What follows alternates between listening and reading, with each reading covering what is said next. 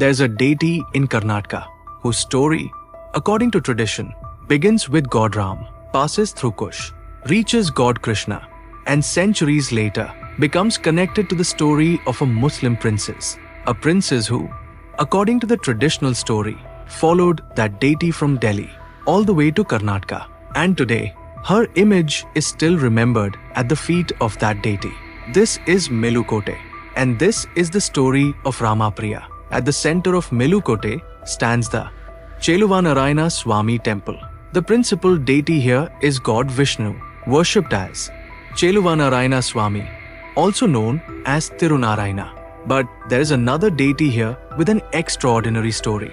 During festivals and processions, the deity taken outside the sanctum is the Utsavamurti, the festival image of the Lord. In Melukote, this sacred image is known as Ramapriya, and the name itself tells you something. Ramapriya, the one beloved of Rama. According to the sacred tradition of Melukote, Ramapriya was once worshipped by Lord Ram. After Ram, the tradition says the deity passed to his son, Kush, and Kush gave the sacred image to his daughter, Kanak Malini, at her marriage. Through generations, the tradition eventually connects Ramapriya with the Yadva lineage and with Lord Krishna and Balarama. They are traditionally believed to have brought the deity to this hill, Yadugiri, the hill we know today as Melukote. So according to this sacred tradition, one deity travelled through an extraordinary chain of devotion. Ram, Kush, Kanak Malini, Krishna, Balarama, and finally Yadugiri.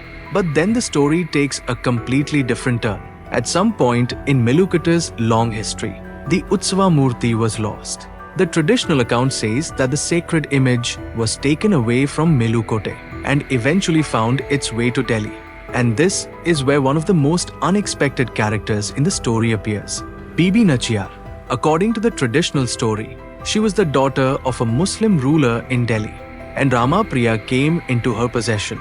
But she didn't treat the deity as an ordinary object. She began to worship it. She became deeply devoted to it. And when the time came for Ramapriya to return to Melukote, she could not simply let it go. The traditional account says she followed the deity from Delhi towards Melukote. Think about that, a Muslim princess following a Vaishnav deity because of the devotion she had developed for it. And when she finally reached Melukote, the story says she saw Ramapriya once again, and she collapsed before the deity. Her devotion became so deeply remembered that an image of Bibi Nachiyar was placed at the feet of the Lord, and that memory remains part of Melukote's sacred tradition even today. A Muslim princess, remembered alongside a Hindu deity, not because she belonged to the same tradition, but because of the devotion attributed to her. And that is what makes the story of Ramapriya so unusual. But there's something important to understand. The stories connecting Ramapriya with Ram, Kush, Krishna and Balarama, and the story of Bibi Nachiyar belong to the sacred traditions of Melukote. They are not the same thing as independently documented historical evidence. What we can say historically is that Melukote is an ancient Vaishnav center, and that Ramanujacharya played a major role in establishing its importance as a center of Sri Vaishnavism. The temple itself also predates Ramanujacharya, so he did not simply build Melukote from nothing. Instead, his arrival became a major turning point in the religious history of this hill.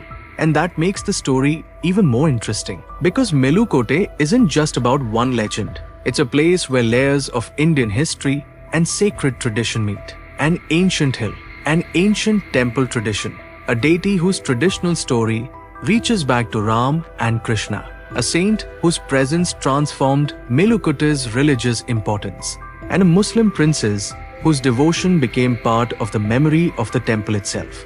And perhaps that is the detail people remember most, because after all the kings, all the dynasties, all the centuries, and all the stories, Bibi Nachiyar's image is still remembered at the feet of the deity. She is traditionally said to have followed all the way from Delhi. This is Melukote, and this is Ramapriya. But Ramapriya has another extraordinary story, one that happens only once a year, because once every year, the deity is taken out wearing a legendary crown. The Vairamudi, a crown surrounded by centuries of tradition, mystery, and one of Karnataka's most spectacular temple festivals. That's episode 2. Follow Journey Jodi, because next we are going to discover the story of the Vairamudi, the crown that Melukote waits an entire year to see. And if Bibi Nachiyar's story moved you, send this story to someone, because sometimes the most unforgettable stories of India are the ones that remind us that devotion can cross boundaries we never expected.